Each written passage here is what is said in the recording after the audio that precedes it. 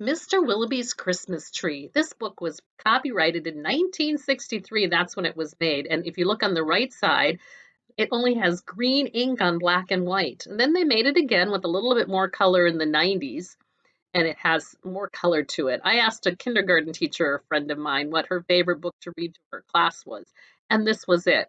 And after I read it, the new version, I said, yes, I agree. So this is what we're going to listen to today, Mr. Willoughby's Christmas Tree.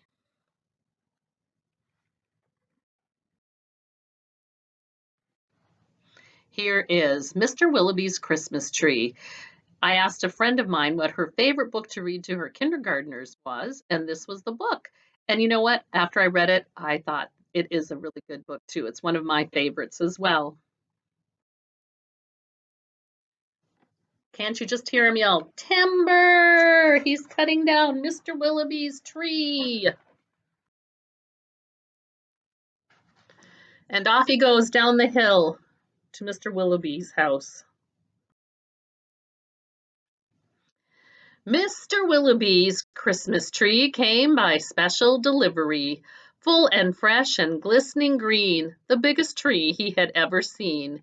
You can see him up at the top, peeking out the window at his tree. He dashed downstairs to open the door. This was the moment he'd been waiting for. A magnificent tree, splendid, he cried. Please, sir, won't you carry it inside? I think it might look best this year, right in the parlor corner here. But once the tree stood in its place, Mr. Willoughby made a terrible face. The tree touched the ceiling, then bent like a bow. Good heavens, he gasped, something must go. Baxter, the butler, was called on in haste to chop off the top, though it seemed quite a waste. That's great, Mr. Willoughby cried with glee. Now we can start to trim my tree. When the trimming was well under way, the top was placed on a silver tray. Baxter said, I know just who'd be delighted with this Christmas tree. Now, trimming in this picture means cutting off the extra branches, but it also meant decorating the tree. We don't use that word as much anymore, but people used to trim the tree. They also meant decorating the tree. So let's see who gets this little tree from the top. So it was presented to Miss Adelaide, Mr. Willoughby's upstairs maid. Won't this tree be a pretty sight when I have it trimmed later tonight? But the top, oh dear, I'm so afraid will have to be cut, sighed Miss Adelaide. It's touching the ceiling, just like Mr. Willoughby's tree. And so with scissors sharp and long, she snipped off the top while she hummed a song. The top was set out the very next day in back of the house to be thrown away. That little treetop caught the eye of Tim, the gardener, passing by. He certainly was not about to see that little tree thrown out.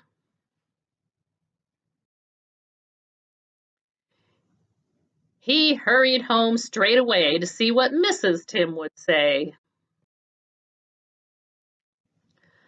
Fa la la, surprise, surprise! His wife could not believe her eyes. But our house, she said, is so snug and small. I do not believe we need it all. And before Tim had a chance to shout, she cut off the top and threw it out. I wonder who's going to get it next. Barnaby Bear was padding by. It almost hit him in the eye. Now, who would throw a tree away so very close to Christmas Day? I'll take it home, that's what I'll do. Look, Mama Bear, I have a present for you. Isn't it a pretty tree? Yawned Barnaby, quite drowsily. But Little Bear, standing off far, cried out, "That tree won't hold a star!" Again, it's leaning over, isn't it? Barnaby said, "Let's cut a hunk off of the bottom here at the trunk." But Mama Bear just shook her head and sliced the tree top off instead.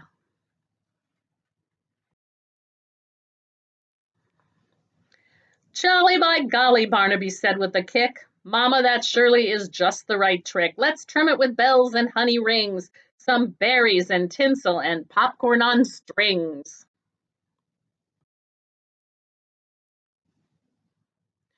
Mama said, "Trim it just as you like. I've got to tidy up for the night. This top we won't need any more. I'll put it just outside the door."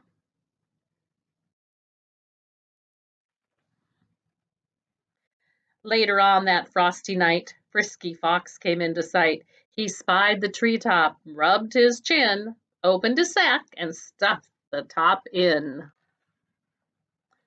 I see an owl looking at him, too.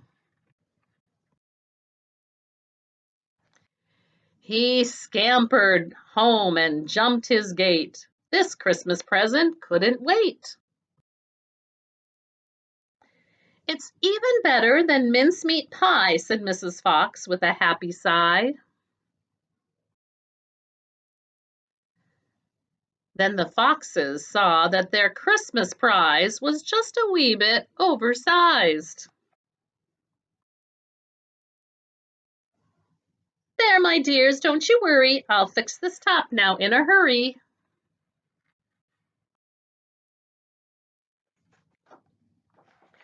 Benjamin Rabbit found it then, just outside the fox's den.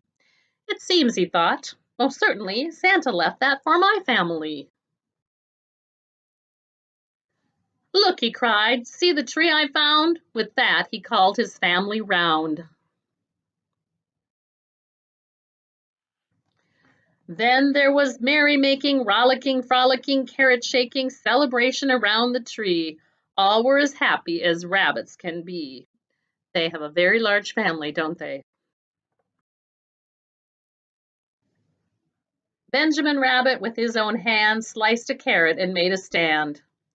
"Now let's see how this will look in our little chimney nook." But right away the children cried, "Look, it's leaning off to one side."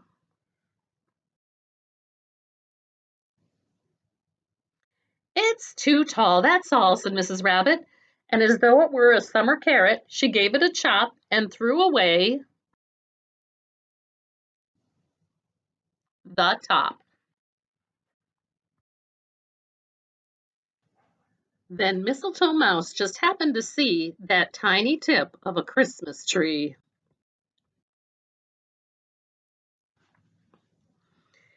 He pulled it up through snow and ice,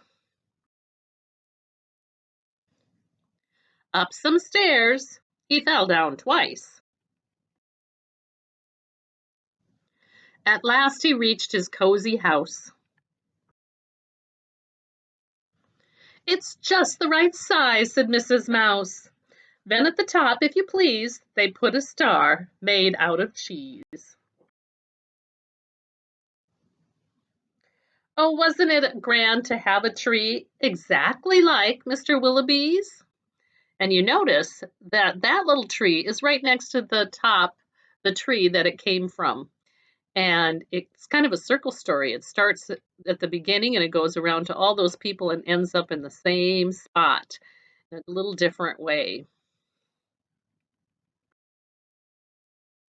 So let's see if we can remember who got the first tree. Her name, it was a lady. Her name was Miss Adelaide, the upstairs maid. And then she threw out the top. Who got the second tree? He was picking up the garbage, Mr. Tim the gardener. Who got the third tree? Who picked up that third tree? It was a big animal. Do you remember his name? Barnaby Bear. Who got the fourth tree?